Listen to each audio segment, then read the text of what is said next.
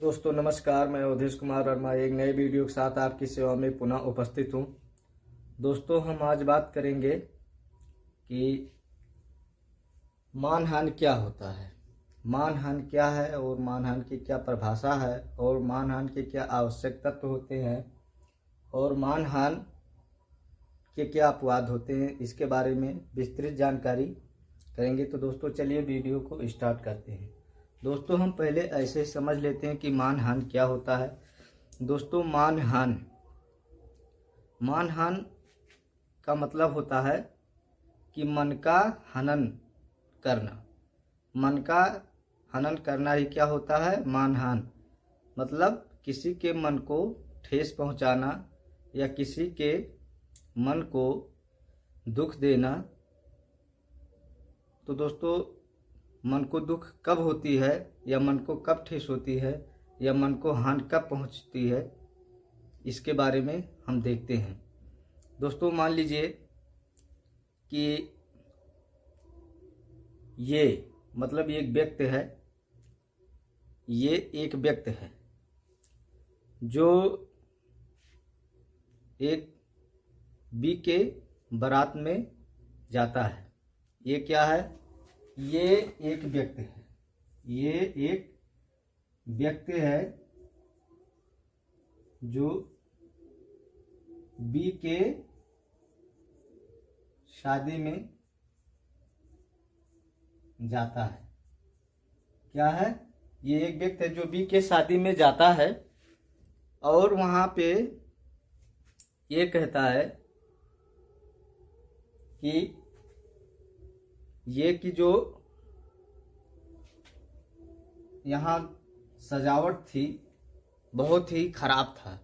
वो आके क्या कहता है कि बी की सजावट बहुत खराब थी और कहता है जो ये का भोजन बना था, खाना पानी, वो भी बहुत खराब था। क्या कहता है कि जो ये के यहाँ प्रोग्राम था उसकी सजावट, मतलब शादी थी, उसकी सजावट बहुत खराब थी और कहता उसका खाना भी बहुत बुरा था और ये कि जो दुल्हन थी वो भी बहुत काली थी। और जबकि ये कि दुल्हन काली भी नहीं थी, ये की सजावट भी नहीं खराब थी और ये की शादी में मतलब जो सजावट थी वो नहीं खराब थी और ना ही ये की शादी में खाना खराब था। लेकिन बी आके कहता है कि मैं ये के शादी में गया था, वहाँ उसका खाना, उसकी सजावट और उसकी दुल्हन काली थी, जबकि वास्तव में ये था कि ना ये की दुल्हन काली थी, ना ये का खाना खराब था और ना ये की सजावट खराब थी। जो ये की शादी में जितने सिस्टम थे वो कोई भी नहीं खराब था, सब सही था। लेकिन वो आके झूठ, मतलब क्या कहता है, झूठ में आके बी जो है, बी जो है झूठ में झूठ कहता है, ये की बेइज्जती कराने के लिए, ये को हानि कराने के लिए झूठ बोलता है कि सारी सजावट खराब थी, उसकी दुल्हन काली थी और उसका जो खाना था एकदम बेकार था। क्यों कहता है, लोगों से कहता आके जो है, वो लोगों से कहता है कि उसके यहाँ मैं गया था शादी में, जबकि वहाँ पूरा सिस्टम कुछ भी अच्छा नहीं लगा, सब कुछ खराब था, मेरा जाना व्यर्थ हो गया। जबकि ऐसा कुछ नहीं था, सब कुछ ठीक था। तो इस तरीके से यहाँ ये ने बी की मान हानि की है। क्या है, मन की हनन की है। तो इसी को हम समझते हैं क्या है मानहानि। दोस्तों प्रोफेसर अंडरहिल ने कहा है, किसी व्यक्ति, मतलब व्यक्ति मानो या कंपनी, मान लीजिए कोई कंपनी है जो सामान बनाती है बहुत अच्छे, लेकिन एक दूसरी कंपनी भी वही सामान बनाती है कंपनी तो एक व्यक्ति का ही होता है, या कोई वैसे भी व्यक्ति जो कि मतलब जो कंपनी है बहुत ही अच्छी सामान बनाती है, और एक व्यक्ति है जो उसकी जो है बुराई करता है कि ये बहुत ही घटिया किस्म की सामान बनाती है, लेकिन आज तक जो कंपनी है उसके सामान पर किसी ने उंगली नहीं उठाया, और ना ही जो व्यक्ति ये बात कह रहा कि वो बहुत ही घटिया किस्म का सामान बनाता है, उसको भी उससे कोई लेन देन मतलब नहीं है, और ना ही उसको सामान बुरा लग रहा, लेकिन उसकी बुराई मार्केट में करने के लिए वो ऐसा कह रहा है। तो इसलिए बोला गया किसी व्यक्ति या कंपनी की प्रतिष्ठा, उसकी जो प्रतिष्ठा को कलंकित करने वाला ऐसा मिथ्या कथन, मतलब ऐसा मिथ्या कथन मतलब ऐसी खराब बात या गलत बात या झूठ बात बिना औचित्य के प्रकाशित किया गया हो। मतलब कोई ऐसा मतलब कह रहा है कि बिना औचित्य के, बिना किसी भी दुर्व्यवस्था के या उसको जो है प्रकाशित किया गया। मतलब जब सामान सब वो कंपनी जो है वह व्यक्ति जो है सब कुछ सही कर रहा है, लेकिन उसकी जो है आके झूठ में बुराई करता है बिना औचित्य के प्रकाशित किया। मतलब जबकि सब कुछ सही है लेकिन आके उसकी जो है बुराई करना क्या है, मानहान कहलाता है। ऐसे कथन से वादी को क्षति हो, मतलब ऐसा जो है वो कथन कहे कि जो एक व्यक्ति है उसको क्या हो, क्षति हो, हान हो, तो क्या कहलाता है, मानहान। उसके बाद क्या है, प्रोफेसर विनफील्ड क्या कहते हैं कि किसी व्यक्ति के संबंध में प्रकाशित ऐसा कथन को मानहान कहते हैं जिससे वह व्यक्ति समाज के विवेकशील मतलब जो प्रतिष्ठित लोग हैं व्यक्तियों के नजर में साधारण गिर जाए और उससे लोग गलत व्यवहार करने लगे। जैसे ये एक व्यक्ति है, वह बाजार में सब्जी बेचता है। क्या बेचता है, सब्जी बेचता है। और बी जो है ये कहता है कि भाई इसकी सब्जी बहुत सड़ी गली है, इसकी सब्जी मत लो। जबकि सब्जी ठीक है, कस्टमर देख कर ले भी रहे हैं, लेकिन ये क्या कह रहा है, बी क्या कह रहा है कि ये की सब्जी बहुत खराब है, उसको मत लो। तो क्या कर रहा है, बी की ये की मानहानि कर रहा है, उसके मन पे ठेस पहुंचा रहा है। मानहान क्यों जरूरी है और मानहान हम क्यों पढ़ते हैं, क्योंकि हर व्यक्ति का जो है स्वतंत्रतापूर्ण और हर व्यक्ति का स्वतंत्रतापूर्ण और गरिमा पूर्ण जीवन जीने का अधिकार है। अगर यहाँ बी जो है ये की बुराई करता है तो उसकी स्वतंत्रतापूर्ण और गरिमापूर्ण जीवन जीने के अधिकार को क्या करता है, छीनता है। क्या करता है, उसकी जो गरिमापूर्ण जीवन जीने की अधिकार है उसको क्या करता है, छीनता है। अगर कोई किसी के गरिमापूर्ण जीवन जीने के अधिकार को छीनेगा तो वो दोषी है। क्या है, दोषी है, वो उसको सजा मिलेगी। अगर ये न्यायालय में इस बात को ले जाता है कि बी जो है हमारा मानहानि कर रहा है, हमें गरिमापूर्ण जीवन जीने का हमारा हक छीन रहा है और हमारे जो मूल अधिकार हैं उसका हनन कर रहा है, तो बी को सजा हो जाएगी, जेल होगी। तो इसलिए कोई भी व्यक्ति किसी का मानहान नहीं कर सकता है। तो हम अब समझते हैं कि उसके क्या आवश्यक तत्व होते हैं। मानहान के आवश्यक तत्व होते हैं कि जो भी व्यक्ति बुराई करता है, जो भी व्यक्ति बुराई करता है,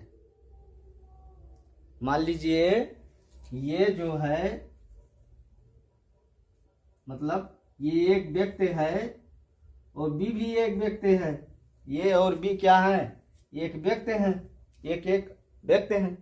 लेकिन ये की बुराई, ये की बुराई बी करता है। क्या करता है? ये की बुराई बी करता है। ये की बुराई बी करता है, बी करता है। ठीक, ये की बुराई जो है बी करता है। लेकिन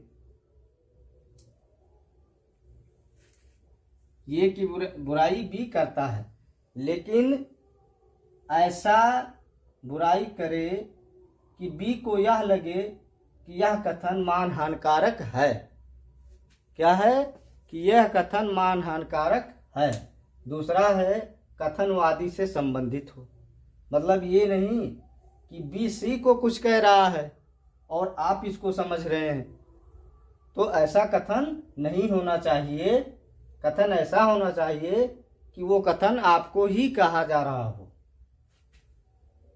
कथन का प्रकाशन किया गया हो। और कथन का प्रकाशन का मतलब वह और लोगों से जो है आपकी बुराई, जैसे मैंने बताया ना कि ये की शादी में बी गया और बी आके लोगों से बुराई कर रहा था कि उसकी यहाँ जो व्यवस्था था वो बहुत खराब था, जबकि व्यवस्था बहुत सही था। व्यवस्था क्या था? सही था। लेकिन वो आकर क्या कह रहा है कि व्यवस्था बहुत खराब था। क्या कह रहा है? कि व्यवस्था बहुत खराब था। तो यहाँ पे कह रहा है कि कथनवादी से संबंधित हो, तो ये आके क्या कह रहा है कि उसकी व्यवस्था बहुत खराब थी। तो ये मतलब आके ये कह रहा है कि ये की व्यवस्था बहुत खराब थी। तो ये मतलब कि इसकी जो है इससे संबंधित है, ये से संबंधित है। उसका नाम लेकर बोल रहा है कि ये की व्यवस्था बहुत खराब थी, तो ये से संबंधित है। अगर वो कहता है यार डी की व्यवस्था बहुत खराब थी, तो क्या वो नहीं माना जाएगा। और उसके बाद ये मतलब कह रहा है कि कथन का प्रकाशन किया गया हो। ये नहीं कि ये जो है आया और जान के रह गया मन में, या ये जो है सोचता है यार उसकी बुराई करूंगा, लेकिन किसी से कहता नहीं है कि हमको गाली मिलेगी, तो ऐसा नहीं माना जाएगा कि उसने उसकी जो है मानहानि की। लेकिन वह लोगों से जाके अगर कहता है कि ये के यहाँ जो सिस्टम था शादी में बहुत खराब था, जो सजावट थी, जो भोजन था, वो सब बहुत ही खराब था। तो अगर वो ऐसा कहता है कि ये की जो सजावट थी, जो सिस्टम थी, वो बहुत ही खराब था, तो ऐसे स्थिति में कथन का उसने क्या किया? प्रकाशन किया, लोगों से उसकी चर्चा की और उसकी जो है ये की जो है मानहानि की।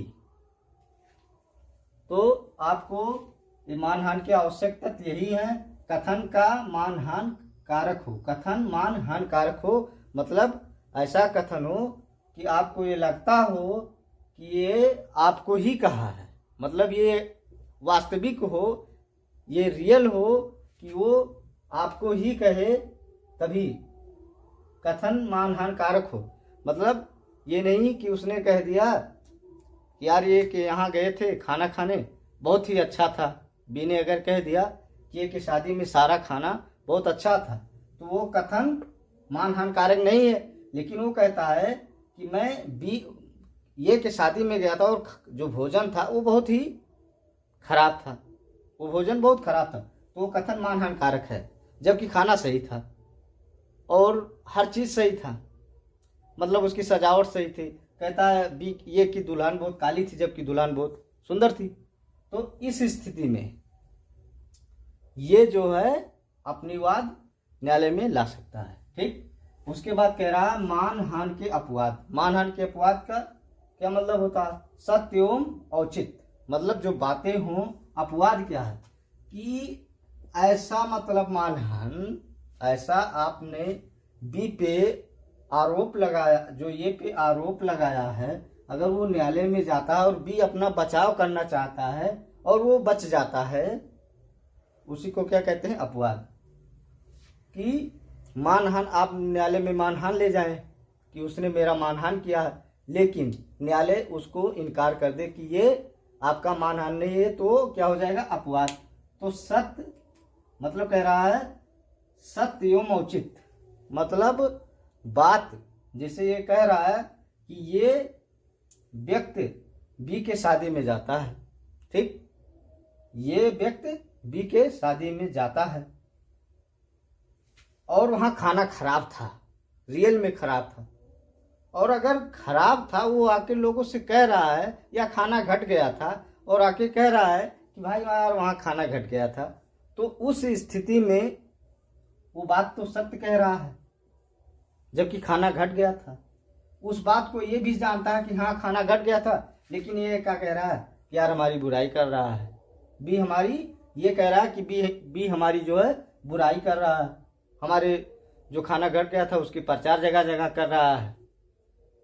तो जब ये बात सत्य थी कि आपका खाना घट गया था, वो गया था, उसने खाना भी नहीं भर पेट पाया या खाया ही नहीं, तो वो किसी से यदि कह रहा है तो वो क्या है? अपवाद होगा, वो आप मानहान उस पे नहीं लगा सकते हैं।